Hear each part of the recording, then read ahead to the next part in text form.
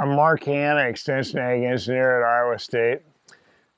One of the most important things when you're planting into a cover crop is to recognize what kind of terrain, what kind of conditions you're going into. And we're expecting increased variability out there with cover, maybe some bare soil, that type of thing. So some of the fundamental things on planter operation still get to be fairly important. The double disc seed opener, creating that seed furrow, is really the heart of the system, and you want to make sure that that's in good shape, particularly for a situation like this where you're in more variable conditions. We've removed the depth gauging wheel on this side of this row unit right here just to give you a better look at it. But on most of your planters, your Deeres, your Kinseys, your Whites, most any row crop planter other than the staggered opener on the case system, you'll want blade contact at that soil entry point, and you'll want about an inch to an inch and a half or so.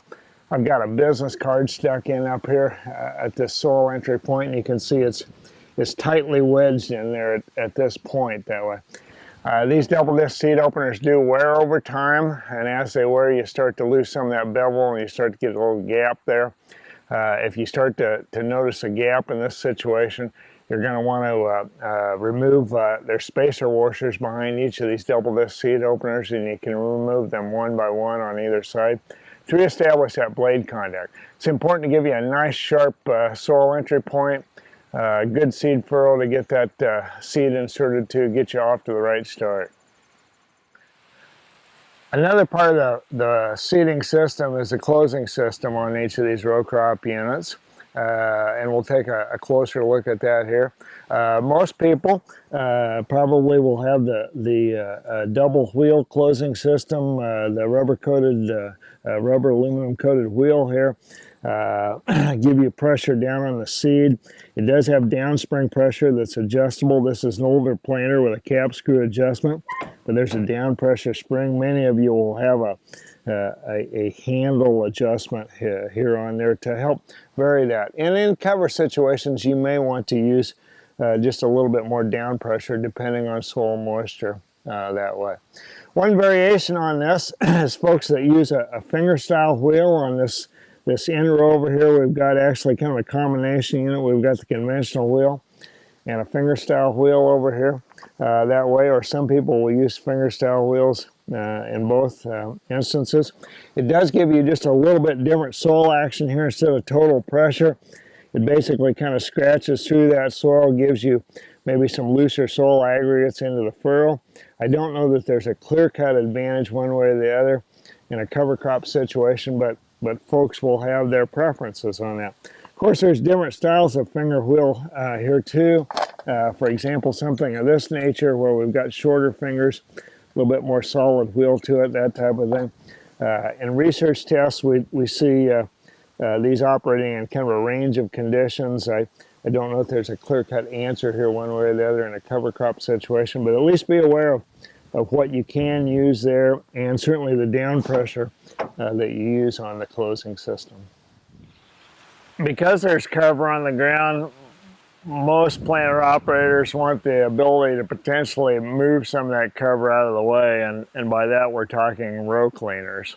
Having said that, there are certainly successful cover crop growers and planter operators out there that get away without the row cleaners and use different techniques that we'll get into. Probably the most common style that is used out there in a cover crop situation is something to a little more aggressively cut through that cover or have that potential, and for that we have a shark's tooth style here. You see kind of the sharpness on the blades there. It's also a set of floating row cleaners to kind of keep that depth where you want it on there, that type of thing. But this would be an example of a shark's tooth style row cleaner. There are different styles of shark's tooth row cleaners that are available out on the market. With any type of row cleaner, it's probably not the style as much as it is that height adjustment on the row cleaner and making sure you're comfortable being able to adjust that to the height that is deemed necessary for the conditions that you're in. This would be an example of a more conventional set of finger wheel style row cleaners. Many folks have experience with this style of row cleaner, and if you do already have these on your plant, or certainly a number of operators using these successfully in cover crop situations. Again, the important point is making sure that you've got a height adjustment there, and you pay attention to what height those row cleaners are operating at to try and establish that seed bed and move the cover that you need without disturbing a lot of soil. Some folks opt for simply using a coulter in front of their double disc seed opener, and again, if it's something that you've got experience with, feel more comfortable with, you're creating a cut through the soil seed furrow. Here we're showing a narrow flute style coulter that would do a little bit of soil disturbance without picking up a lot of soil like you would see in a wider flute situation, but still giving you a little bit of soil action around that seed zone. It is a smaller percentage, but some people choose to go without a set of row cleaners or a coulter in front of that seed opener in a cover crop situation. Again, I would be the last to argue with success there. Those folks do tend to probably pay very good attention to how they've got that double disc seed opener set up for the blade contact and that type of thing. Row crop planting into a cover crop, particularly where there's been some manure application made maybe the previous fall or that spring, it's going to depend, you're going to need to carefully assess that soil situation. In many cases, that manure is going to be injected or incorporated, so there may be some relatively bare areas or tracks there. If they actually go in line with the intention of the rows there, and if the soil was maybe mellow enough, say fall manure injection, that type of thing, where the seed bed looked fairly good, I probably would personally opt maybe for planting more kind of in that tilled zone, and you get away from some of the cover issues here that way. But in many cases, that injection is going to be done maybe in the spring, but there's maybe going to be some loose soil there. Maybe it'll be done at a diagonal direction to your eventual road direction. So you may have that planter going alternately through areas of both cover and some tilled or bare soil that way. So that's why you want to pay particular attention to, again, fundamentals and how you've got that planter adjusted out there, certainly for your seed furrow opener, leveling up the planter for operation of the row cleaners, coulters, what have you, that type of thing. Depending on the height of the row cover out there, you're going to want to probably take a little test strip or two through the field and see how you want that height adjusted. Ordinarily, you want to be moving that cover aside or out of the way, and when the cover is maybe 4 or 5 inches tall, that type of thing, why pushing that aside is certainly an advantage.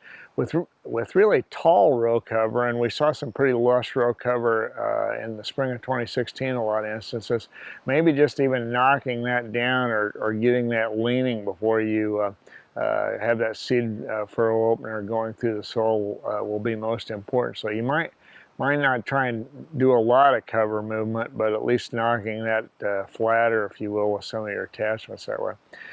If your cover is quite short, say just an inch or two, or kind of non-existent in some areas, again there you probably don't need to get quite as aggressive with your row cleaner action or movement that way. Again, the real test is to start operating the planter through the soil, then get off and make a little value judgment about your seed zone environment, what it looks like on top. All these adjustments and row cleaners and coulters that you might operate on the planter are there for your use, and remember that it's up to you to make the appropriate adjustment given the conditions, the height of the cover crop, how robust it is, that type of thing.